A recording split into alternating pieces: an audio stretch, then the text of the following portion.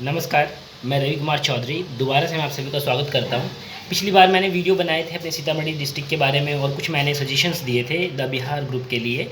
इसी तरह से मुझे लगा कि मुझे ये भी वीडियो बनाना चाहिए। तो सबसे पहले मैं आप सभी का स्वागत करता हूँ।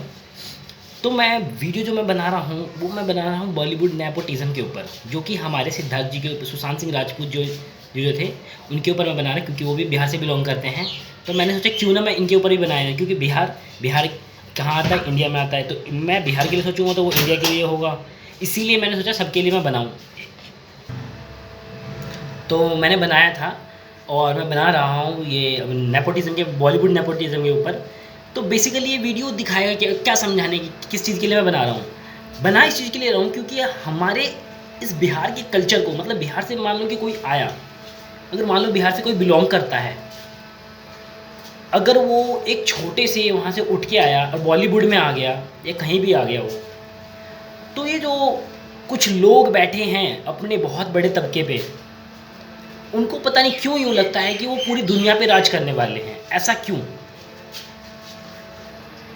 उनको ऐसा लगता है कि जैसे कहते हैं ना, नेपोटिज्म, जाति भाईवाद भतीजावाद, वो चल रहा है इनका। मतलब कि फिल्म किड के साथ काम करना है।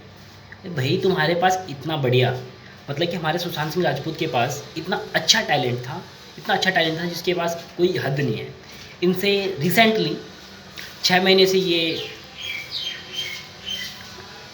इनकी वो चल रही थी, कुछ ट्रीटमेंट चल रहे थे उनके वजह से, किसी शौक की वजह से लेकर के, क्योंकि इनसे रिसेंटली 6 मंथ के अंदर 7 फिल्म कॉन्ट्रैक्ट साइन करवाने के बाद वापस छीन ली गई। 7 फिल्में, ये तो वो फिल्में हैं जो मैं बता रहा हूँ कि 7 फिल्में रिसेंटली भी छीना गया।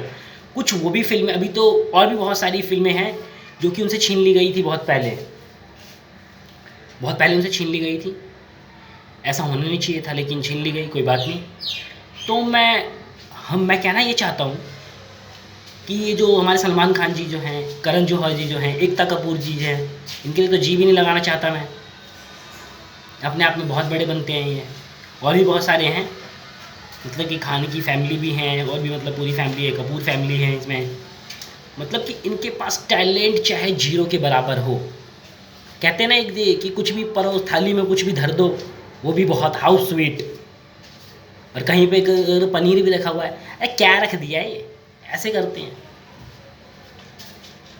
तो मैं बात वहाँ पे ले जाना चाहता हूँ कि एक बिहार का लड़का छोटे तबके से, पूर्णिया से उठ के पटना आता है। पटना में फिर रहने जाते हैं, फिर उनकी मम्मी की देहांत हो जाती हैं। उसके बाद शौक में होने के बाद वो फिर दिल्ली आता है। दिल्ली में इंजीनियरिंग की तैयारी करता है, पढ़ता है। या नंबर 7 आता है उनका रैंक। इतने अच्छा टैलेंट। उसके बाद वो डांस में उनका इंटरेस्ट आ जाता है। डीटीयू में एडमिशन ले लिया था उन्होंने, उसके बाद डांस में इंटरेस्ट आ जाता है। उसके बाद नाटक करते हैं वो, फिर वो शो करते हैं, झलक दिखला जा, नच के दिखा दे, नच के दिखा, फिर पवित्र रिश्ता, फिर उनका कदम पड़ता है सीधा बॉलीवुड इंडस्ट्री में। तो कहीं ना कहीं मुझे लगता है कि बॉलीवुड की इंडस्ट्री में जो कुछ लोग बैठे हुए हैं ना,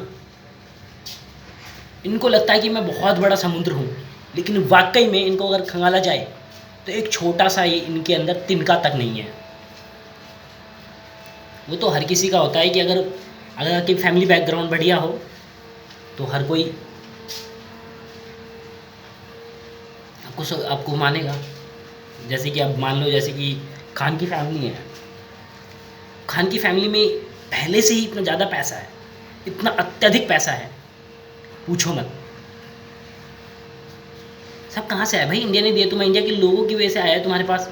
और तुम वहाँ से जो कोई छोटे तबके से आते हो उसको तुम बाइकआउट करते हो भाई, तुम बैन कर देते हो। अपने दोस्ती निभाते, तुम दोस्त के बेटे को कोई ना कुछ हो जाए, वाह जी वाह, यही है तुम्हारा नेपोटिज्म। सही है।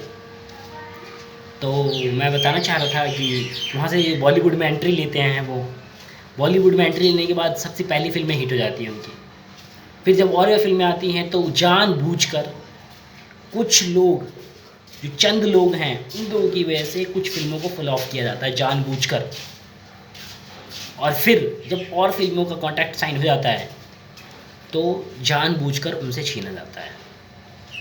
और कुछ लोग कहते हैं कि सुशांत कौन है, इतना फिल्में बना दी, इतनी वो मतलब शो में आ गया, मतलब तुम्हें पता ही नहीं है, तुम कहाँ से टपके हो, स्टार किड तो तुम्हें हर कोई जाने, मतलब कि कोई बाहर गया तो कोई नहीं जाने उसे। तो मैं वही कह रहा था कि प्लीज़ मुझे आप सबसे विनती है कि इन लोगों को ना समझ में आना चाहिए कि किस परिंदे से पाला पड़ गया मुझे। जब तक इन लोगों को समझ में नहीं आएगा ना, जब तक हम कुछ रिएक्ट नहीं करेंगे, जैसे कि अभी आपको पता है कि रिसेंटली अभी क्या सीन चल रहा है हमारे बॉर्डर वाले इलाकों को लेकर के, चाइना, नेपाल, पाकिस्तान, उस पर भी आएंगे। लेकिन पहले हम इस पे आते हैं, क्योंकि ये भी हो चुका है, इनको बीत गया है, लेकिन बहुत सोशल मीडिया पूरा भरा पड़ा है और भरा हुआ भी था, लेकिन अब तो ये इन सब चीज़ों के ऊपर भर गया। कोई बात नहीं, हम देर से सही लेकिन बनाएंगे ज़रूर, देर से लेकिन दुरुस्त बनाएंगे। तो मेरा कहना यही है कि अब मान लीजिए आपने खा लिया, अब आप बस करना हमें बस इतना है कि जो कुछ अपने आप को बहुत बड़े राजा समझ रहे हैं कि मैं यहाँ का राजा हूँ, इस इंडस्ट्री का राजा हूँ, उसको अपनी रियल ग्राउंड लेवल पे लेके आना है हमें। धन्यवाद।